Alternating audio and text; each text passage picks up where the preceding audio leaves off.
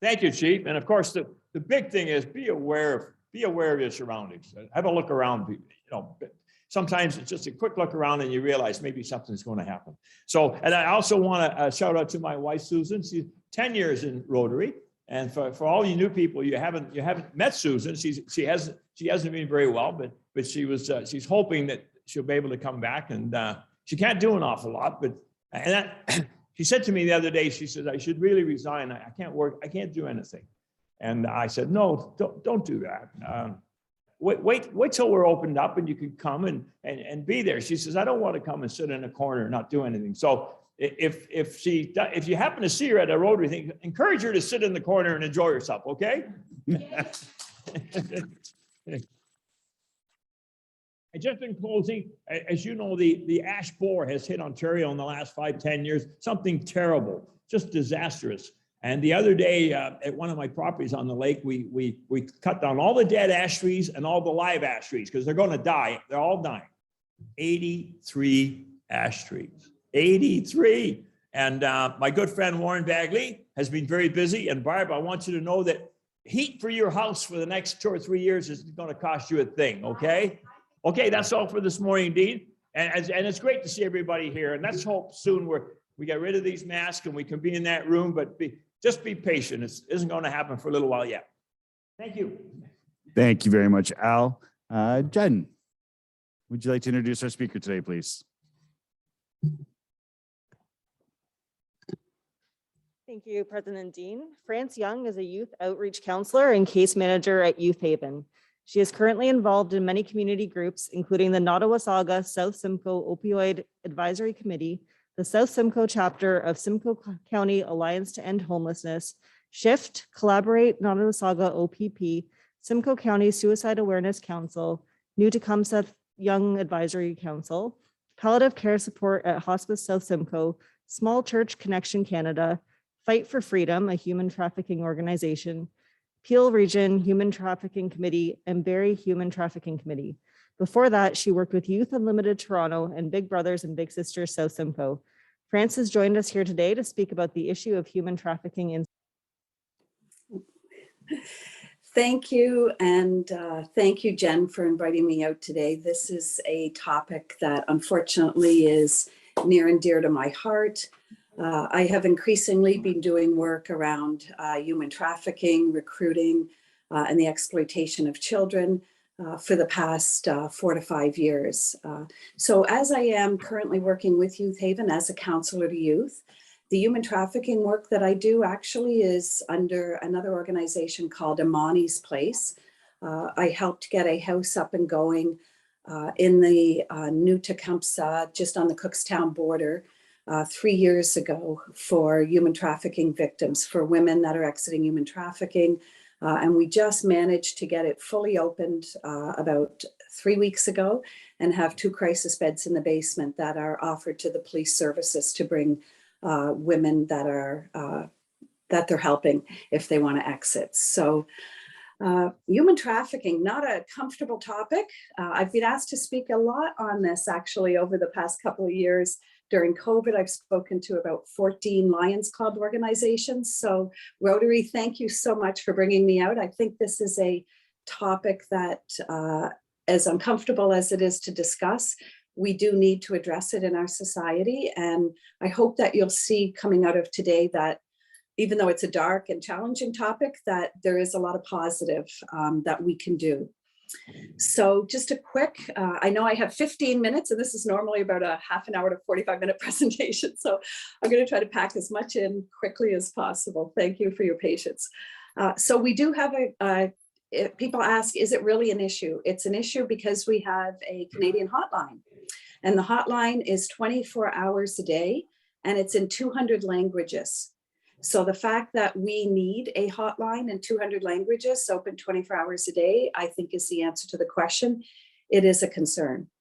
The first year they were open, they had 2,390 calls. And then in 2020, they saw a 44% increase in that. The numbers are astounding to me, to be honest, even though I do this work. 1 in 3 calls do come from victims. 44% while they were being trafficked, 39% after they were trafficked, and 26% family and friends. And then there's more statistics. But again, I'm going to shorten some of these for the presentation purpose today. 80% are female victims, and the majority are under 25 years old. And that's what's so concerning for me, is the fact how young they are. And I do work with young girls who have been exploited. And prior to COVID, actually, with a human trafficking organization in Toronto, we went into strip bars on Saturday nights to work with girls, and they were all domestic girls that were working in the bars that were trafficked. 50% of all victims are definitely underage, and the average age of recruitment now is 12 to 14. 2,000 girls were brought into the US through Canada legally. This is all coming from the Canadian Centre to End Human Trafficking statistics. And interestingly, which people may not know, is that 42% of the recruiters were women. This is not what people think, that it's just a male issue. It's both. It's a male and a female issue. However, the majority of people who have been charged are men between the ages of 18 to 34, which is also a concern as a youth worker. I don't believe any of us want our young men of today, our children, our grandchildren, to be involved in this industry. So the fact that there are so many men between 18 and 34 involved is also a concern. It was interesting, in October 2021, Sylvia Jones, who's the Ontario Solicitor General, said that the average age of recruitment is now 13 years old in the province of Ontario. So now bringing it down nationally to provincially, Simcoe County, where we are, is actually the #2 county in all of Ontario for human trafficking. And Barrie is cited as having 2.2 times the national average of girls that are exploited. This crosses over into other areas that I work with. Just a few more stats. Suicide's actually the second leading cause of deaths for 15 to 24-year-olds in Canada. And that is tied to mental health and to trauma, obviously. And so I do believe that anything that affects you physically, mentally, and emotionally can lead to obvious signs of suicidality, and human trafficking would be one of those. So there's a lot of intermingling for our youth. We've seen more, even locally in the newspaper. Again, I don't know what you're seeing pop up. But we know there's been some stuff through Simcoe County recently of 19-year-olds that are recruiting young people. There was an article written by CBC News around this, saying that the title is "The Luring of Girls into the Sex Trade is Reaching an Epidemic Level," the police say. In the past 5 years, they've seen 1,100 cases and assisted nearly 300 victims in Toronto alone. So sadly, to tell you, that is actually the true stats, and it is an issue everywhere. And people think it's just an issue in the cities, but now I'm going to switch over to what my main concern is, and this is where I think it's so important to discuss this topic. It's actually the work, not the human trafficking, but what happens before someone is trafficked. And that's called the grooming or the luring. I mean, I can come and give another human trafficking presentation and break down a lot of the details in depth, but the luring and grooming stage now happens online. Sadly to say, I do a lot of training and take a lot of courses out of the States because they are ahead of us on this. And Child Advocacy Center in the States keeps great statistics. And they went from about 7.8 million calls a year up to 29 million calls a year. They tripled the number of calls for child protection. And they said that 2/3 of the calls they got were involved with online activity. So to me, that's the big thing. That's the issue. How do we protect children, young girls, young boys from being involved in any of this? It all comes back to, unfortunately, the internet, social media, and online use. And the truth is, this isn't going to go anywhere. The computer, the internet, thank you that today we could use it for this, for example. It's a great tool and it has great resources, but unfortunately organized crime and other groups and individuals have found ways to use this negatively to affect young people. So the future for this issue is really an online issue. And that's the challenge, as we see that increasingly the grooming, the recruiting happens online. And people wonder how that happens with youth and parents, again, we're no shame, no blame. We're all trying our best to navigate this new world, but we're seeing it. I see it all the time as a youth worker, how this is pouring out into the schools, how it's pouring out into families. I'm sure any of the officers online here are fully aware of what's been happening in the schools, and everything from, cyberbullying to sexting, where there's pictures, where there's challenges, where there's so much inappropriate content. And this isn't to blame the young people today. They're being raised in a culture that is not the way most of you in the room were raised. I myself am definitely much older. My daughters are both in their 20s and settled down in life now. And even they can't believe the change that they've seen in their lifetime online. And so, people always say, well, how do kids get groomed? How do they get manipulated? Well, a wonderful app came out from the Ministry of Community and Social Services, and we're actually using it, introducing it to youth. We're doing it through school presentations now. And I'm going to read you something from the app. So what happens? So this tool is to show children or adults how easy it is to be manipulated online. So what they do is they open up the app on their phone, and immediately it says, there are 15 things below. Tell me 3 things that are important to you or something you might be looking for. And I'm going to read them to you because I'm sure everybody in the room can relate to 3 of these 15 things. So it starts with someone to listen to me. I think that's pretty normal in society. Everybody wants to be heard. Someone that makes me feel attractive, romantic love, a safe place to stay, some physical affection, people who understand me, friends who get me, a good time and a party, social life, an adult to take care of me, regular meals. Sadly, this is an issue for youth today still. Expensive things, nice clothing, a best friend, popularity, attention from cool people, a date, or money.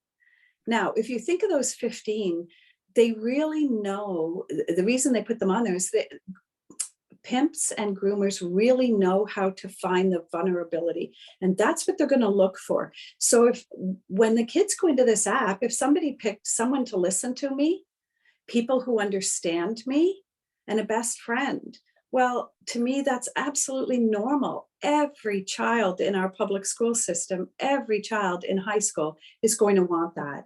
So if you pick those 3, what happens is then it immediately opens up, and through artificial intelligence, the app starts a conversation with you. So it might start and say, hey, I saw you at the calf today. I like your outfit. Something simple like that. And then the conversation goes on. And as they communicate over text with the computer, it leads them through a manipulation into a grooming. But every now and then pop-ups come and say, this is what somebody might say to manipulate you. This is where you should talk to a trusted adult. This is where. And so it guides them, but it allows them to understand how easy someone can prey on their vulnerability. It's a fabulous tool. And I think anybody that does it understands how vulnerable everyone is. A lot of time we do think of human trafficking as kind of the grab, right? Like I know a lot of presentations, people think it's, what we see in movies, or it's people brought here from overseas, which they definitely are. I can attest to that. However, when we look at this is a money-making business. And it is truly about that. And it is now leading past drugs and guns. I'm not going to give all the stats. The police will probably correct me after on it, but I know that the money that is made in this industry is now surpassing some of the other illicit industries that are out there. And why? Because they can make a lot of money off a girl. So as an example, I work with 3 human trafficking survivor organizations. And the girls share with us that they have to make anywhere from $500 to $1,000 a day. That's normal. It's crazy how much money. There are some men that, as they're lured into this, to be part of this and to bring girls into this, are told you can make $50,000 a year off one girl. If you get 2 girls, you'll get 100,000. If you get 3 girls, you're at 150,000. For a teenage boy, and especially if he grows up without any sense of who he is, if he's already been involved in trauma or in challenging situations, whether it's due to poverty or whatever his situation is, for a young boy at 18 to think he can make $100,000 a year and all he has to do is attract a couple of girls and then get them to work for him. There are some young boys out there working really hard at this, unfortunately. So going back to the social media, if we look at social media today, the stats coming out are absolutely crazy, but I could spend a lot of time, but I know I don't have much more in the presentation, so I don't want to spend on the stats, but we just have to be honest. We're living in a world that there is not the boundaries that we had growing up. The whole world can come into our homes, into our children's lives through a phone, through an iPad, through the television, through Netflix, and affect how they're thinking. So it really comes back to teaching young people critical thinking. How do they understand the internet? How do they understand social media? How do they understand the basic things of consent? How do they understand what luring or grooming or manipulation is? And unfortunately, if we don't talk about it, we're not protecting them anymore. This is the reality of it. I talked to a couple of high school classes, and it was interesting. One of them was a grade 12 class about to graduate. And I was talking to them and I said, you guys don't have any boundaries. The whole world can come into your bedroom and access you through your computer, etc. It is a different world, and we just need to acknowledge that. And there was a boy in the front row, and he was sitting there, and he had an Apple computer on his lap, and he said, put his hand up, and he said, "Oh, not me." And I said, "What do you mean, not you?" And he said, "I don't have a social media account." And I said, "Oh, okay." And I said, "What's on your lap?" And he said, "My computer." And I said, "Do you use your computer in your bedroom?" And he said, "Yeah." I said, "Have you ever been on YouTube?" And he said, "Well, yeah, of course." And I said, "Was the YouTube video made by your mother, your brother, your aunt, or a friend?" And he laughed and said, "No." I said, "Have you seen a video come out of Russia or the Ukraine, or a TikTok video come from anywhere else in the world other than your community?" And he just looked at me and went, "Good point," because he got it very quickly. And this is what we're talking about. We just need to be aware. And even if we put on, there's so many great tools for parents out there. There's so many ways to talk about this. But again, the information isn't out there because we're not talking about it enough. But when you realize the amount of information for parents and for youth to talk through this and to critically think through it, what we realize is that by doing this, we're protecting them not just in our own home, but out in society. Because I also had parents go, "Well, we have filters on our house. We monitor our kids' content. We turn off our Wi-Fi at 10 o'clock. They're doing a lot of the things to try and protect their kids." And I said, "Do your kids go to a public school?" And they said, "Yes." And I said, "Well, all it takes is another student to walk up to them with a cell phone and say, 'Hey, look at this. Hey, check this out.'" And all of a sudden they're engaged, right? And they're intrigued. And the engaging, unfortunately, what we're seeing in the high schools is through the bullying and the sexting. And kids today just, they don't grow up anymore the way we did. They always have somebody with a phone around them. And again, I'm sure, any of the officers can attest to this, that they're getting a lot of, I know I work a lot with the Nottawasaga OPP, and so Simcoe Police would be the other police service in my catchment area. And I know when they're bringing youth to me to counsel, sometimes they're showing me on the phone, "Oh, here's the video of the fight," and I had to put an assault charge. "Here's the video of whatever it is that they're putting a charge," or they want me to work with the youth to try and defer the charges as long as the youth is willing to do the work. And, you know, it's interesting. I try not to look at a lot of that content, but I do see an incredible amount of content. And it truly is because kids have phones all the time and they're taking videos. They're taking videos out in the parking lots. They're taking videos in the schools. And so again, we talk about human trafficking, and that's what we're trying to avoid. We're trying to get to the point that a human being is not exploited in any possible way for money, whether that's labor trafficking or sex trafficking, but it is exploitive. And so again, if we're looking at it from a community perspective and from a family and a school perspective, it truly is around the education and speaking their language. There are so many forms now of social media. We will never stay on top of them all unless you're constantly researching and catching up. For example, I pulled something, let me just see where it is. I know the ones we talk about with the kids, but I pulled something here recently, and it was a guide for parents. And I'm just going to read a few of the platforms just to see if you're familiar, because some of them, and I do this all the time, I'd never heard of. Amino, Ask FM, Calculator Percent, Chat Roulette, Discord, obviously Facebook Live, Facebook Messenger, House Party, Instagram, Kick, Line, Live Me, Meet Me, Omegle, Reddit, Roblox, Saraha, Snapchat, Telegram, TikTok, Tumblr, Twitch, Twitter, VSCO, WeChat, WhatsApp, Whisper, Yubo, OnlyFans, which is a horrendous one that's out right now. But I know even just reading that, there were some on there that I haven't even seen. So there will always be content ahead of us. It's never about staying up to what's being created. It's about challenging what's forming the brains of our young people today and how we can speak into this. Because the truth is, I don't know how much everyone in the room knows about the brain chemistry for young people, but their brains definitely are not formed until 25. And so right now, their critical thinking at 6, 7, 8, 9, 10, 11, and 12, when they're starting to get introduced to social media and the internet, they don't have the capacity to look at it through our lenses.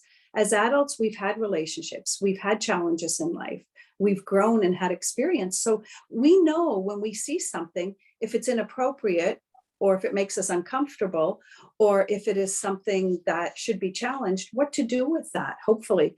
But kids don't know that. They really don't have the front part of their brain, their critical thinking fully formed.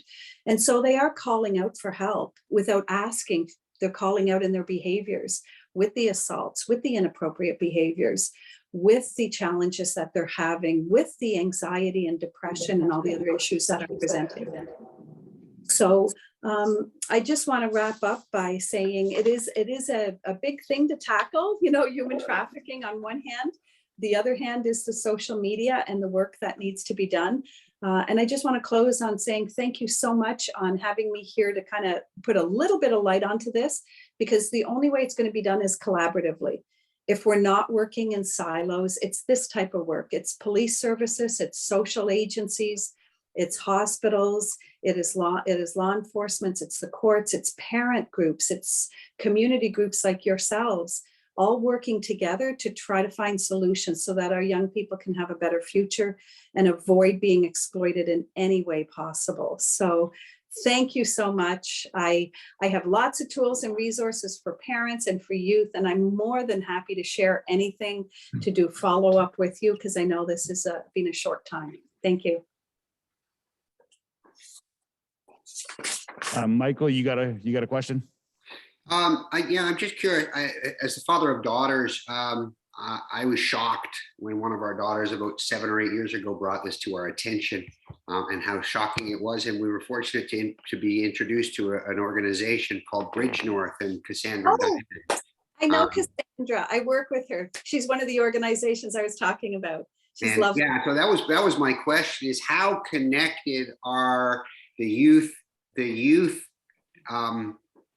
Like a youth haven is to the actual to other support services, and how connected are you in terms of working together and all working towards the same solution? You know, Michael, are you in Simcoe County? I am now, yeah. Okay, I just wonder, because actually I prior to COVID a few times had reached out to Cassandra and asked her to come to our county to help some families, because there are very few survivor-led supports. There's Rising Angels in the Peel area, but she comes and works with us. Her name is Katarina McLeod. She also has done some teaching at the police college. There's Cassandra Diamond also. And then there's 2 other organizations, but they are limited. You're absolutely right. We need to work not in silos. That's who I am. As I said, this is really near and dear to me. So I do work with Youth Haven, but under another organization where we got the house up and going, it's called Amani's. We're actually creating an advocacy center around this, education and advocacy, to do more work. And these other organizations are working collaboratively with us to try and provide a real hub for supports and advocacy in Simcoe County. So we're at the ground boots level, pioneer work, bringing that in, but we're calling on our lovely friends like Cassandra and others in other areas who have been doing this work, who have been involved themselves and been in the human trafficking world, unfortunately, for 10 to 15 years. And these women are just absolutely wonderful. They do stellar work, but there's only 3 to 4 organizations active in Ontario that are doing that work. So they are spread quite thin. And that's where people like myself, who haven't actually been trafficked, have learned from them, work with girls who are trafficked to try and increase our knowledge and understanding so we can provide more services. Amani, can you spell that? Oh, it's IMANI.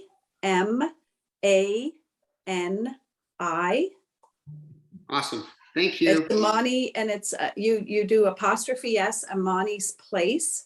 The woman who donated the house is a Nigerian woman. She speaks Swahili, and Amani means faith in Swahili. So it's faith's place, if it was in the way I speak. And it's just to have faith that we can actually really bring much more to this this topic.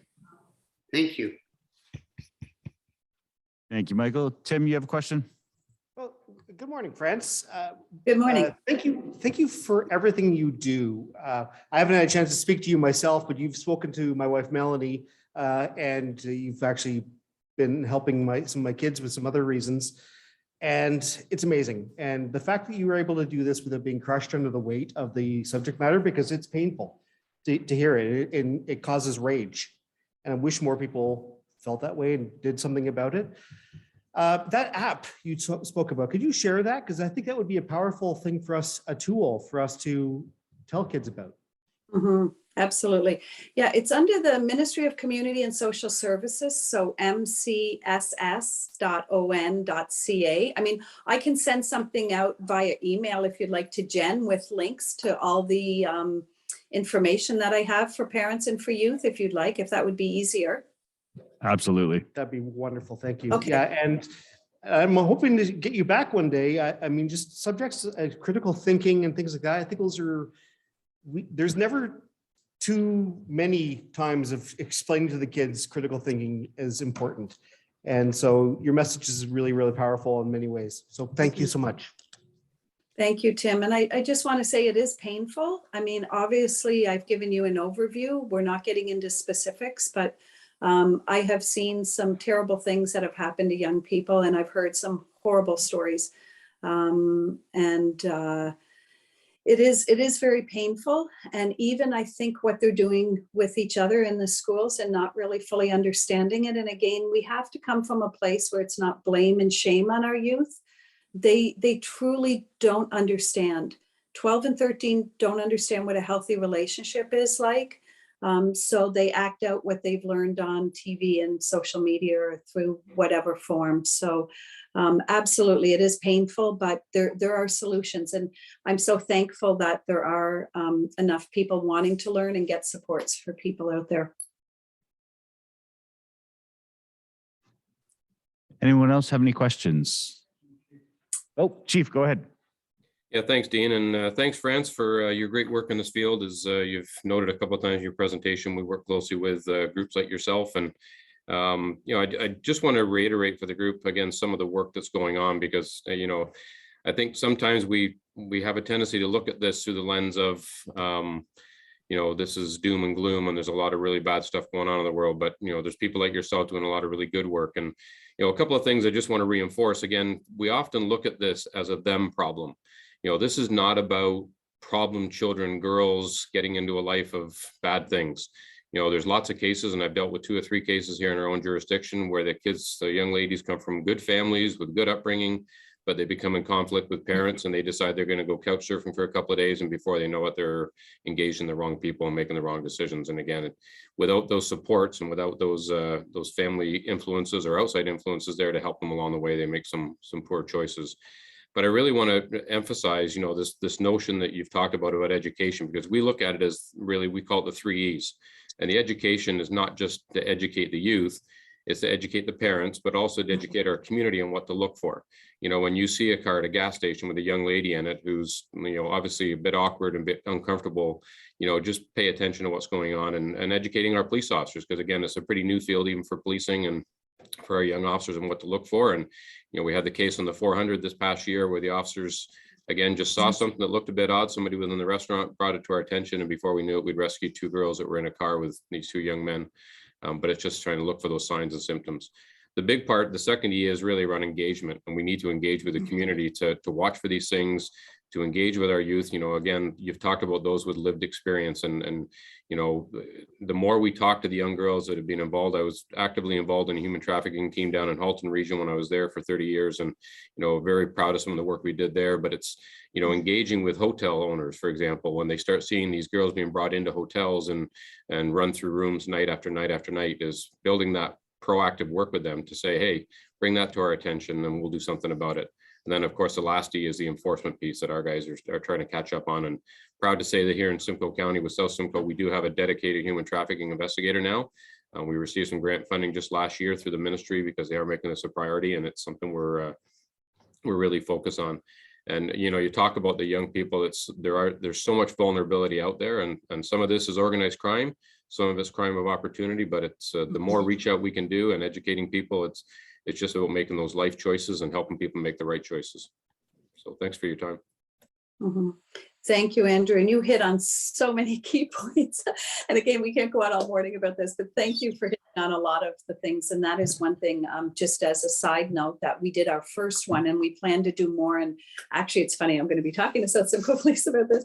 We just held a human trafficking conference at the Nottawasaga in here through the Nottawasaga OPP, because they also got one of the human trafficking grants. And it was bringing in a lot of the frontline responders initially and some people from the school board to educate. But the next step that we want to talk about is exactly that: hotels, cab drivers, gas stations, like anywhere people will come in contact. How do we get the education piece into communities, right? So there's a lot of work to do, but thank you. We'll just keep doing more.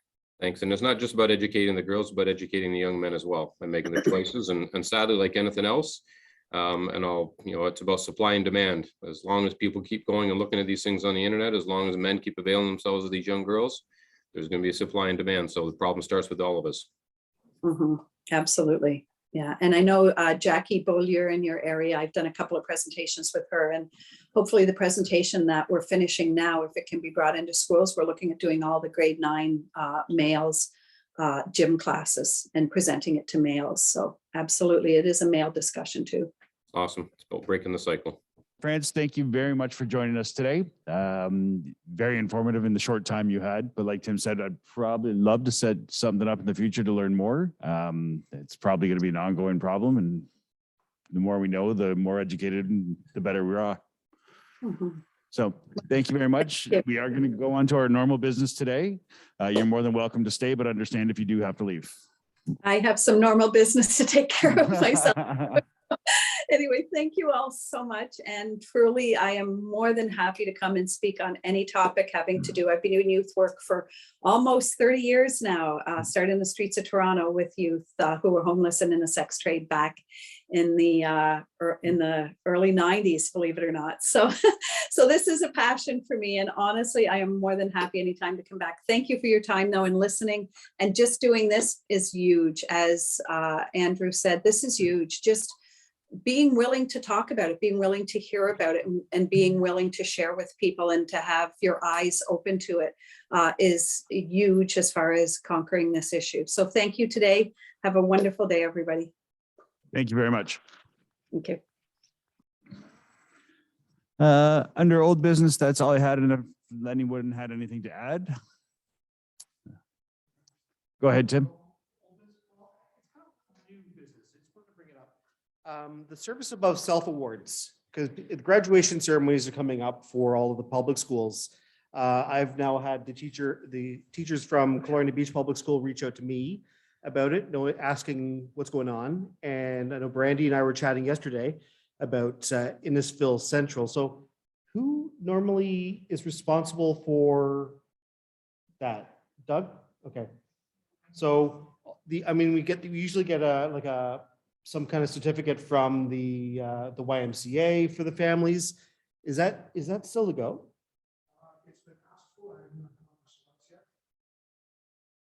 Okay, so can we put a date as to when we'll know for sure so we can tell the teachers, because they need to set this up. So, sorry, Deb? Okay. Monica, do you know if anything?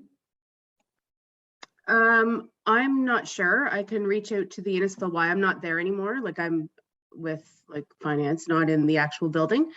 But I can reach out to them, and if I know how many you need, I can have them get them ready. We have 8 public schools, I think, in the area. So, or are we normally making? Well, I wasn't sure how many we usually do. Yeah, I know in the past also we used to put the actual student's name on their certificates as well. So we would actually have to hear back from the teachers who they're giving the awards to. Yeah. Well, yeah, I can certainly get those. So we need the full list of, I guess, of all the schools and Yeah. figure out who's involved. But I don't see it being an issue. I'm sure they will issue them. They have over the years. Yeah, Monica, I can reach out to Ryan too. No big deal. Yeah. Yeah, because we're running out of time. So it's something we got to be moving on it now. So. Okay. Yeah, I think if we have the list, we can get them done. You know, it won't take long, but we would need the list of the names and schools. That's all. Okay. All right. I'll get for my schools and I'll get Brandy to get for hers. So Perfect. Thank you, Tim. Moving on to new business, the board also met about doing some sponsorships in the area. So one, the Innisfil Beach Cruisers, they've done a lot for us and donated to us in the past. So this year we are going to be a platinum sponsor with them, which means we will be responsible for a couple of awards and picking out the cars. We will get a tent to set up at every one of their cruise nights to sell our 50/50 tickets, which should be coming along. Perfect. So they're pretty excited when I reached out to them and they're not calling us a sponsor, they're calling us a partner this year. So I think that's great news. The cruise night? Yes. Yeah.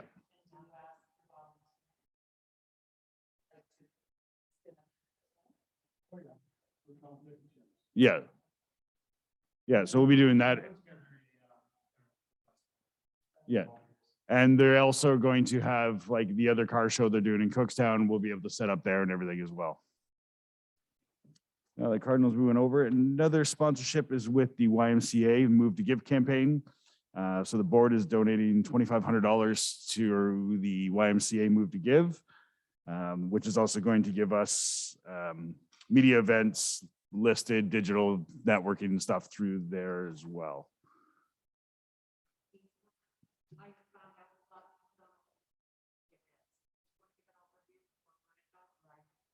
Oh, I know a little about it. I participated in every year, but Monica, do you want to give a little bit about the Move to Give? Sorry, I didn't hear the question.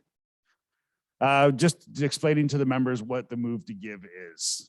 Yep, All I know is the biggest fundraiser YMCA has every year. Yes, well, with the exception of the last 2 years, but it is the biggest fundraiser of the year. All of the funds that we collect stay within our community, and they are provided to families, individuals that need assistance with memberships.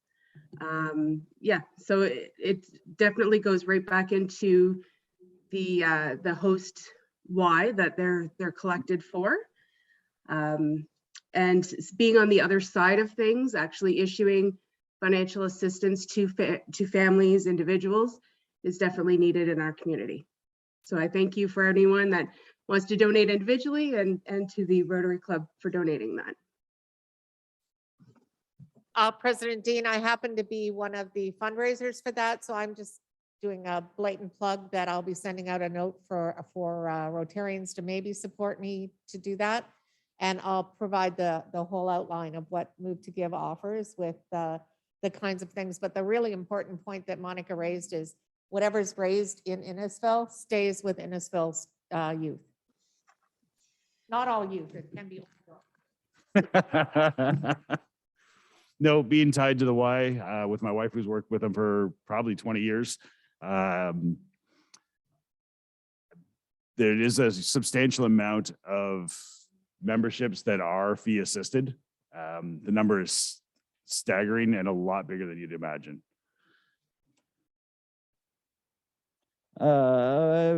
Next topic, peace polls. So I know that's been liked by a lot of their different members. Barb has found a couple individuals who are interested in doing it. It is something that the board wants to continue to do. Jen pointed out that the National Day of Peace is September 21st. So this gives us more of a deadline, and we want to create a peace poll and put it in the ground and dedicate it for the National Day of Peace on September 21st. So Barb's going to look into the couple people that are planning to do it, and we can put a small board together to discuss how we want to design it, what we want to do it, and it could be an ongoing thing. We can have more than one across Innisfil. I will talk about the peace polls again in detail later, but there were two people in our community that may actually be able to manufacture them. And with the library here to get the wording done in script and those sorts of things, there are opportunities to put the peace polls in parks, obviously, but also places like the YMCA building, like on that property, away from the trail or near the trail, just so it's noticeable. Places of safety, such as the police station and the fire stations and places like that, they aren't necessarily going to have to be only on our trail or in a park, but places where people expect or hope for peace. So.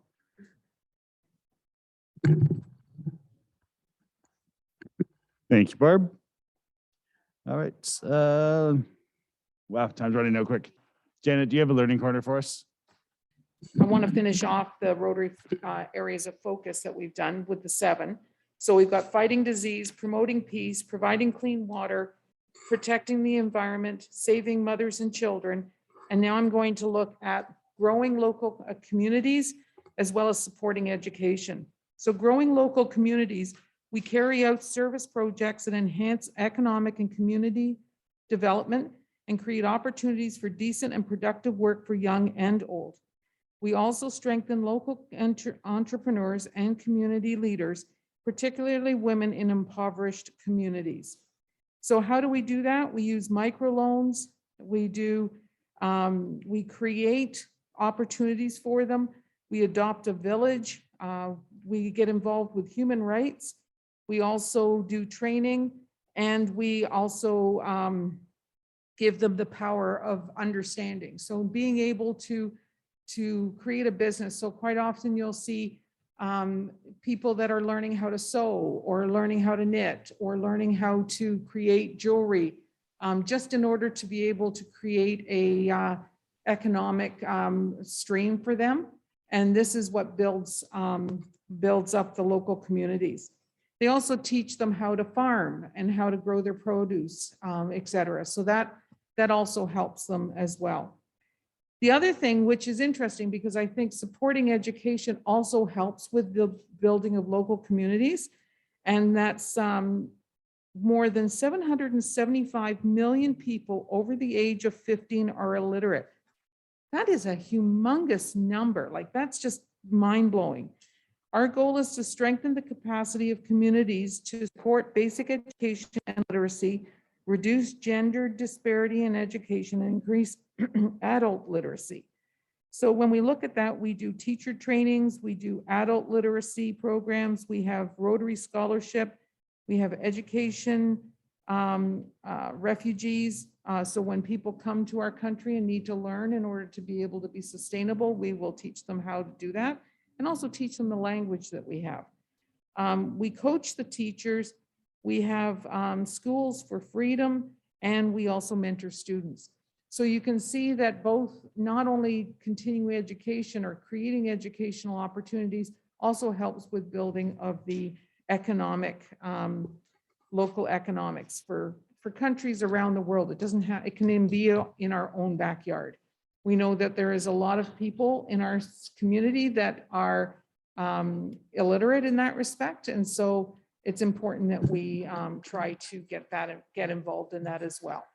And that's by supporting, like Doug chairs, supporting and recognizing people within our grade 8s and our high schools with our certificates and our grants. So that's it for your learning corner.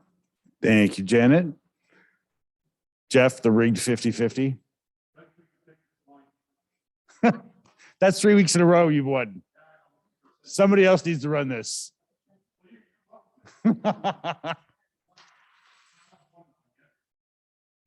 All right, that's all I have for today. Thank you, everybody. Enjoy the rest of your week. We'll see you all soon.